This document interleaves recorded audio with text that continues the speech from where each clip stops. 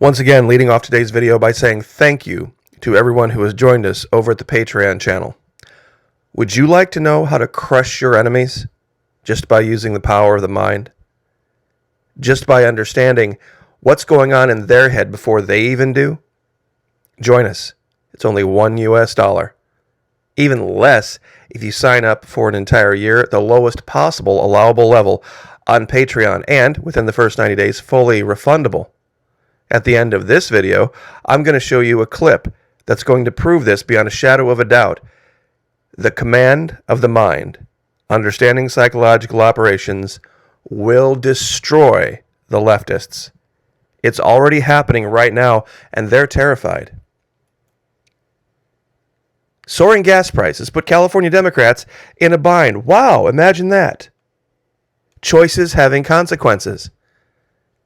Choices having consequences. I distinctly remember people saying, if Joe Biden gets elected, this will be a result. Now, some people are saying, Florida Maquis, we could fix this whole problem if we just pumped oil right here in the United States. We need to use U.S. oil to fix the problem.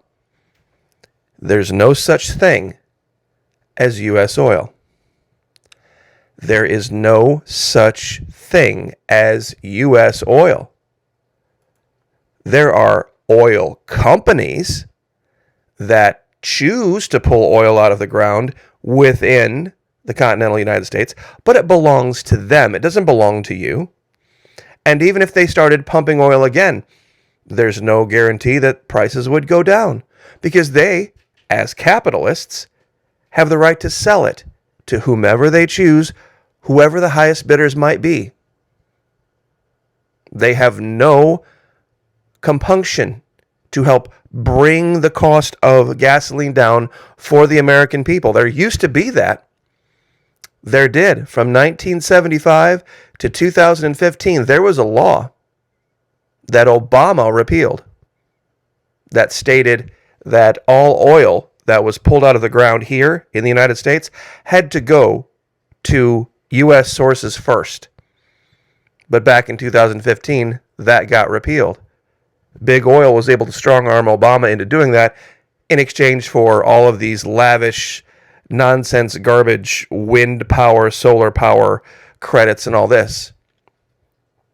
It was the oil export ban. Look it up. That used to be the case. Now, there are countries that do have their own oil. Ecuador, Peru, Saudi Arabia, Mexico, Brazil, Venezuela. They have state-run oil. You see, in their constitutions, it says that the natural resources of the nation inherently belong to the people of the nation, and that any profits derived from their being brought to market, they have to go to benefit the people of that country first. Now, doesn't that sound like a good idea here? What if we had all the profits from all the sale of oil, and it went to finance the U.S. government? Imagine what we could do with taxes. You see, but they can't have you knowing that. There is no such thing as U.S. oil. And Biden is right. In this particular case, he fell back afterwards into a right statement when he said there's nothing I can do about gas prices. He's absolutely right, because there's no infrastructure in place.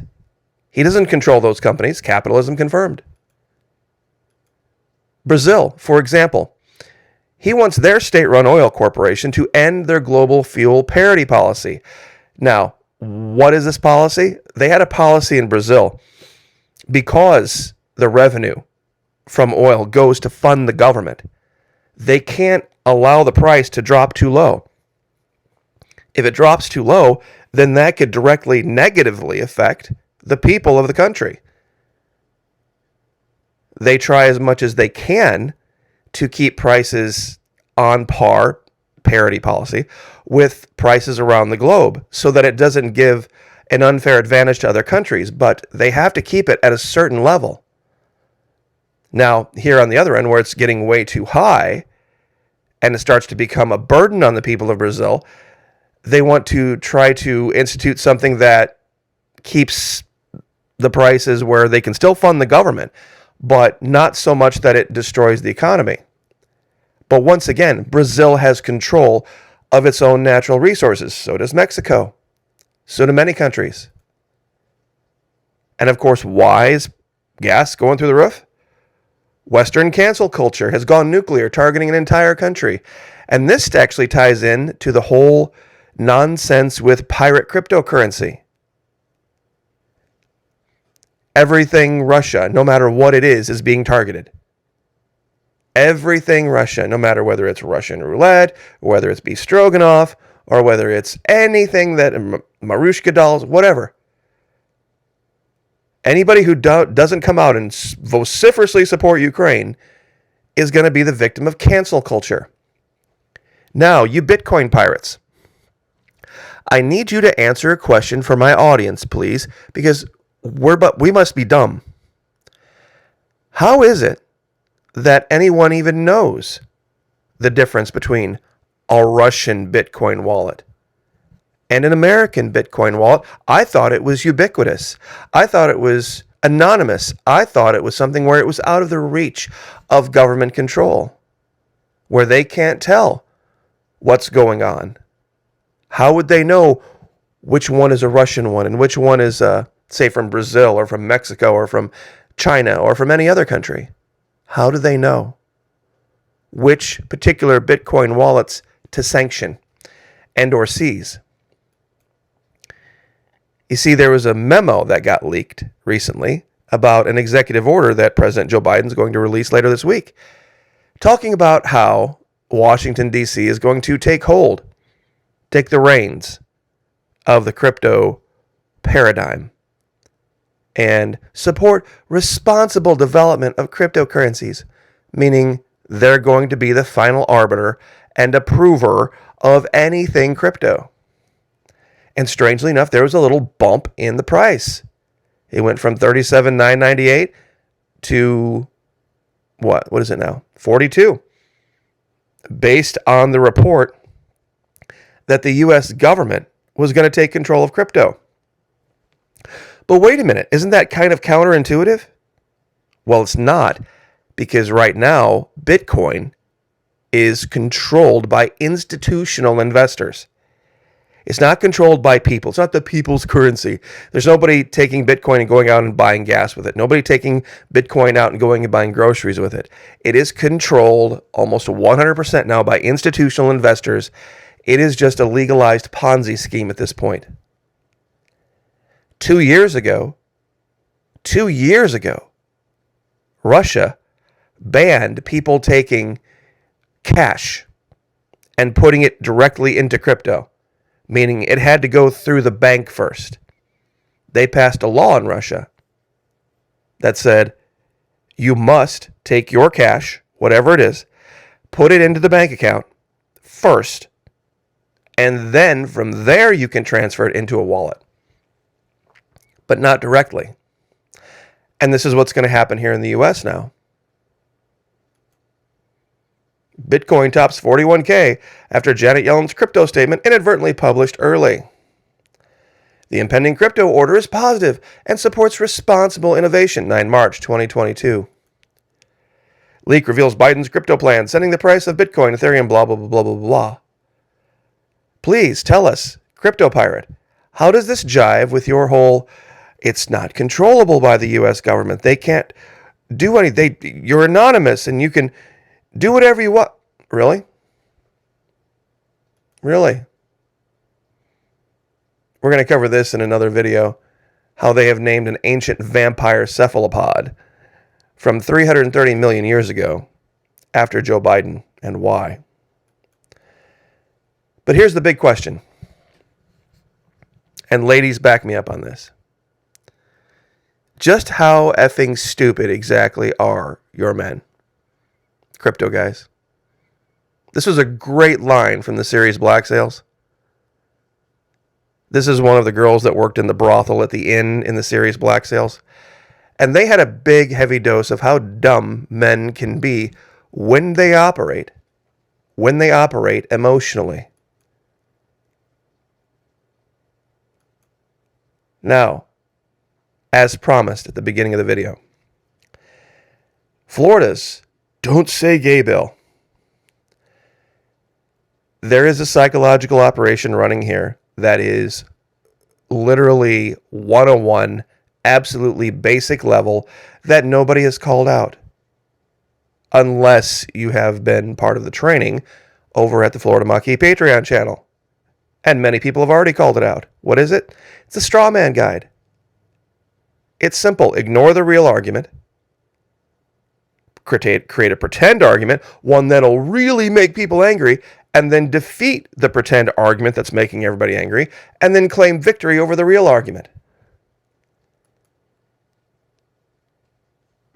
It's a fallacy, the straw man fallacy, misrepresenting an opponent's position to show them in a negative light.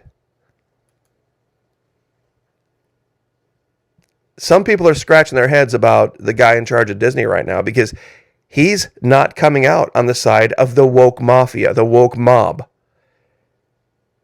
They tried to corner him and say, you need to come out against Governor DeSantis and this Don't Say Gay bill. He's like, you know what? No, I'm not playing this game anymore. Not playing the game. No matter what I say, no matter what my opinion is, it's irrelevant, number one. And number two, it's going to piss off one group of people or the other. So I'm not playing. Now, would you like to hear someone trained in psychological operations defeat this narrative in less than a minute? Well, whether you like it or not, you're going to. Governor DeSantis was confronted on this by some petulant, whining reporter. And this petulant, whining reporter didn't learn from 2020 when Governor DeSantis over and over and over again absolutely eviscerated reporters. This guy thought he was special.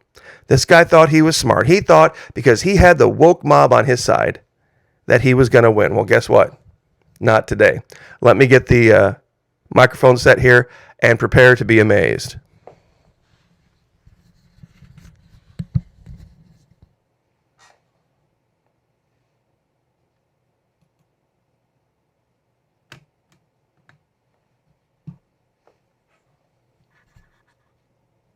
Personal rights and education, what critics call the Don't Say Gay bill, is on the Senate floor. Does it say that in the bill? I know that you support. Does it say that in the bill? I'm asking you to tell me what's in the bill because you are pushing false narratives. It doesn't matter what critics say. Hold on. It says it bans classroom instruction on sexual identity and gender orientation. For who?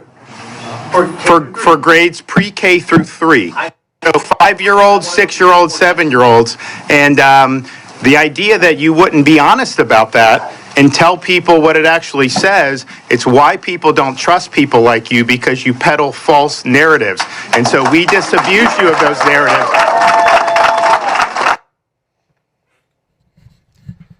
And it's just that easy. Pardon me. And it's just that easy. All you have to do is be in command of the facts and not get emotionally involved. And this reporter teed this up perfectly for the governor. The bill bans discussion of anything regarding sexuality with kids pre-K through 3rd grade. So it's 4, 5, 6, 7, 8 years old. But what are they saying? Florida has banned all discussion of anything remotely talking about gay. You can't even talk about heterosexuality in pre-K through 3. You can't talk about sexuality of any kind. And once again, it's the will of the people. See, it doesn't matter. It really doesn't matter what even the governor's opinion would be. Even let's say in some strange mythical world that somehow Governor DeSantis might have vetoed it. Our legislature would have overridden him. Because we have that much of an advantage. Conservatives over liberals. It wouldn't have mattered. I mean, he would never do this, but it wouldn't even have mattered if Gillum had been governor. We have such a wild majority of conservatives. It's 2-1 in the House and 60-40 in the Senate. It would have gone through anyway. It would have gone through, so it wouldn't have mattered. It's great that we have a governor that has the ability to stand behind our will and not get intimidated by nonsense. And this guy didn't get intimidated by nonsense either. You see, this is the end result of cancel culture. Eventually, people are going to say, you know what? It doesn't matter. Fine, cancel me. Go right ahead. Just by virtue of being canceled by you, I'll have a whole nother group of people over here ready to support me. If you want to play that game, we can play that game and see where it ends. So, well done to the chief of Disney. Well done to the governor of Florida. And well done to those of you who have showed up over at the Florida Maquis Patreon channel who understand things like the straw man, which is one of the 24 logical fallacies, 24 cognitive biases that we talk about. And yes, there's some imagery over at Patreon that is R-rated, for sure. But I think it's time for adults to start having talks with each other that only adults should be involved in. Because I really believe censoring ourselves has led to this. Censoring ourselves has allowed other people to censor us. But that's an entirely different argument for a different day. So God bless. Like, share, subscribe. Thank you so much for being here. I very much appreciate it. Have a great week, and we'll see you next time.